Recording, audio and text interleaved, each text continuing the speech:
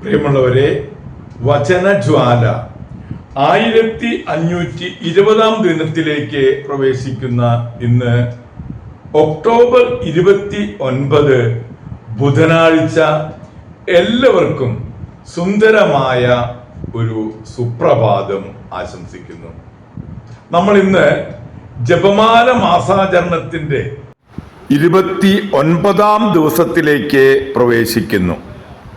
ഇന്നത്തെ വചനവായനയിൽ പ്രഭാഷകന്റെ പുസ്തകം 40 അധ്യായം 16 മുതൽ 30 വരെയുള്ള തിരുവാക്യങ്ങളാണ് നാം ശ്രവിക്കുക. ഏത് ജലാശയ തീരത്തിലോ നദീതടത്തിലോ വളരുന്ന ഞാങ്ങണ ഏത് പുല്ലിനെയും കാൾ വേഗത്തിൽ പിഴുതെടുക്കാം. കാരുണ്യം അനുഗ്രഹത്തിന്റെ ആരാമം പോലെയാണ്. ദാനധർമ്മം എന്നേക്കും നിലനിൽക്കുന്നു. സ്വാശ്രയശീലനും അധ്വാനപ്രിയനും ജീവിതം മധുരമാണ്. നിധി ലഭിച്ചവൻ ഇവരെക്കാൾ ഭാഗ്യവാനാണ്. സംസ്ഥാനങ്ങളും താൻ നിർമ്മിച്ച നഗരവുമാണ് ഒരുവന്റെ പേര് നിലനിർത്തുന്നത്. നിഷ്കളങ്കയായ ഭാര്യ ഇവ രണ്ടിനെയും കാൾ വിലമതിക്കപ്പെടുന്നു. വീഞ്ഞും സംഗീതവും ഹൃദയത്തെ ആനന്ദിപ്പിക്കുന്നു. ജ്ഞാനതൃഷ്ട ഇവയേക്കാൾ ശ്രേഷ്ഠമത്രേ. കുഴലും കിന്നരവും ഗാനമാധുരി വർദ്ധിപ്പിക്കുന്നു. ഇവയേക്കാൾ ആസ്വാദ്യമാണ് ഇമ്പമുള്ള മനുഷ്യസ്വരം. പ്രസന്നതയും സൗന്ദര്യവും കണ്ണിന് ആനന്ദം നൽകുന്നു. ഇവയേക്കാൾ ആനന്ദദായകമാണ് വയലിലെ ഇളം തളിരുകൾ. സുഹൃത്തോ സഹചാരിയോ എപ്പോഴും സ്വാഗതാർഹമാണ്.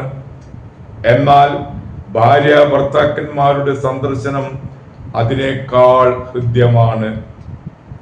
സഹോദരരും സഹായകരും വിഷമസന്ധികളിൽ ഉപകരിക്കുന്നു.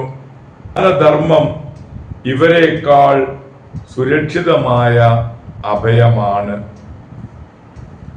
സ്വർണവും വെള്ളിയും പാദങ്ങളെ ഉറപ്പിച്ചു നിർത്തുന്നു. സതുപദേശം ഇവയേക്കാൾ ശ്രേഷ്ഠമാണ്. ധനവും ബലവും ഹൃദയത്തെ ഉത്തേജിപ്പിക്കുന്നു. ദൈവഭക്തി ഇവയേക്കാൾ അഭികാമ്യമാണ്.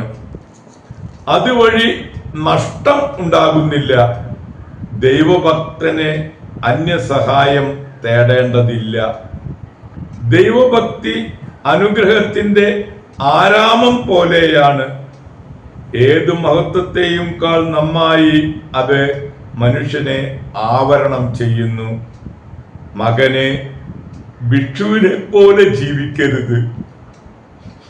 ഭിക്ഷാടനത്തെക്കാൾ മരണമാണ് ഭേദം.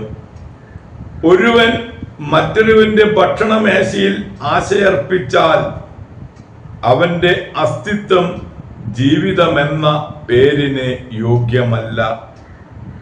അവൻ അന്യന്റെ ഭക്ഷണം കൊണ്ട് തന്നെ മലിനമാക്കുന്നു. ബുദ്ധിമാനും സതുപദേശം ലഭിച്ചവനും അത് ഒഴിവാക്കും. നിർലജ്ജന്റെ നാവിന് ഭിക്ഷാടനം മധുരമെങ്കിലും അവന്റെ ഉദരത്തിൽ അഗ്നി ജ്വലിക്കുകയാണ്. ദൈവത്തിന്റെ തിരുവചനമാണ് നാം ശ്രവിച്ചത്. പ്രിയമുള്ളവരെ, നമ്മൾ ഇന്ന് ആഗോള കത്തോലിക്ക സഭയിൽ മെത്രാനായിരുന്ന വിശുദ്ധ നാർസിസസിനെ അനുസ്മരിക്കുന്ന ദിവസമാണ്. ജെറൂസലേമിലെ 30ാമത്തെ മെത്രാൻ സ്ഥാനമേൽക്കുമ്പോൾ 80 വയസ്സായിരുന്നു. പരിശുദ്ധനായ ബിഷപ്പിനോട് ജനങ്ങൾക്ക് വളരെയേറെ മതിപ്പും സ്നേഹവുമായിരുന്നു. ഒരുപാട് അത്ഭുതങ്ങൾ അദ്ദേഹം പ്രവർത്തിച്ചിരുന്നതായി പറയപ്പെടുന്നു. ഒരു ഉയർപ്പ് തിരുനാളിന്റെ തലേ ദിവസം ഡീക്കന്മാരുടെ വിളക്കുകളിൽ എണ്ണ കഴിഞ്ഞപ്പോൾ വെള്ളം ഒഴിക്കാൻ ആജ്ഞാപിക്കുകയും വെള്ളം ഉടനടി എണ്ണയായി മാറുകയും ചെയ്തു അത്രേ. ഇദ്ദേഹത്തിന്റെ പ്രസക്തിക്കനുസരിച്ച് ഏഷ്യക്കാരും കൂടി ഒരുപാട് കുറ്റാരോപണങ്ങൾ നടന്നു. ഒരാൾ താൻ പറയുന്നത് തെറ്റാണെങ്കിൽ തീയിൽ ദഹിപ്പിക്കട്ടെ എന്നും, വേറൊരാൾ കുഷ്ഠരോഗിയും മറ്റൊരുവൻ കുരുടന്മാരാകട്ടെ എന്നും പറയുകയും അതുപോലെ സംഭവിക്കുകയും ചെയ്തെങ്കിലും അദ്ദേഹം വേറൊരു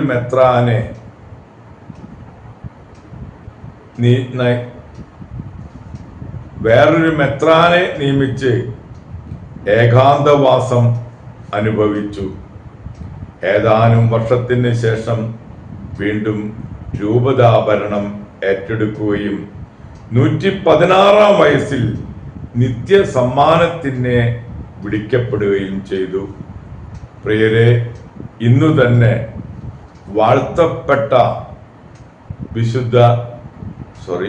വാഴ്ത്തപ്പെട്ട ക്യാര ബദാനോയെ കൂടി അനുസ്മരിക്കുന്ന ദിവസമാണ്.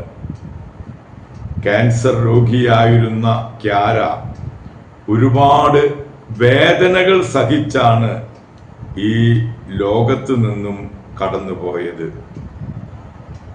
വെറും 16 വർഷമാണ് ഈ ലോകത്തില് ജീവിച്ചത്.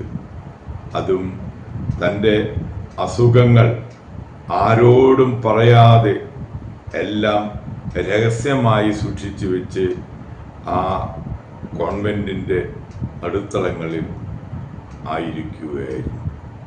പ്രിയമുള്ളവരെ, നമ്മളിന്ന് മെത്രാനായിരുന്ന വിശുദ്ധ നാർസസീസിനെയും അതുപോലെ തന്നെ വാഴ്ത്തപ്പെട്ട ക്യാര ബദാനോയും കൂടി അനുസ്മരിച്ച് ഇരുവരുടെയും മധ്യസ്ഥം യാചിച്ച് ഇന്നത്തെ ഈ നല്ല ദിവസത്തിലേക്ക് നമുക്ക് പ്രവേശിക്കാം. എല്ലാവർക്കും നല്ല ഒരു ബുധനാഴ്ച ദിവസം ആശംസിക്കുന്നു. ദൈവം നമ്മെ ഓരോരുത്തരെയും സമൃദ്ധമായി അനുഗ്രഹിക്കട്ടെ.